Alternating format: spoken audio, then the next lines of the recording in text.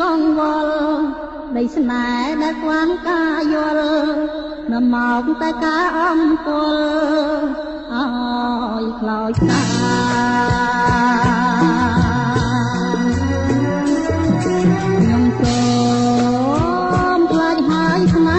ហាស្នេហ៍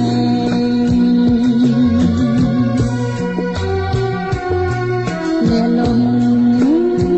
ថ្ងៃមកណាលែងគិតអ្វីហើយងំតែក្តីសោកាមកលាស្នេហាលោកទៅជាថ្មីក៏អមយល់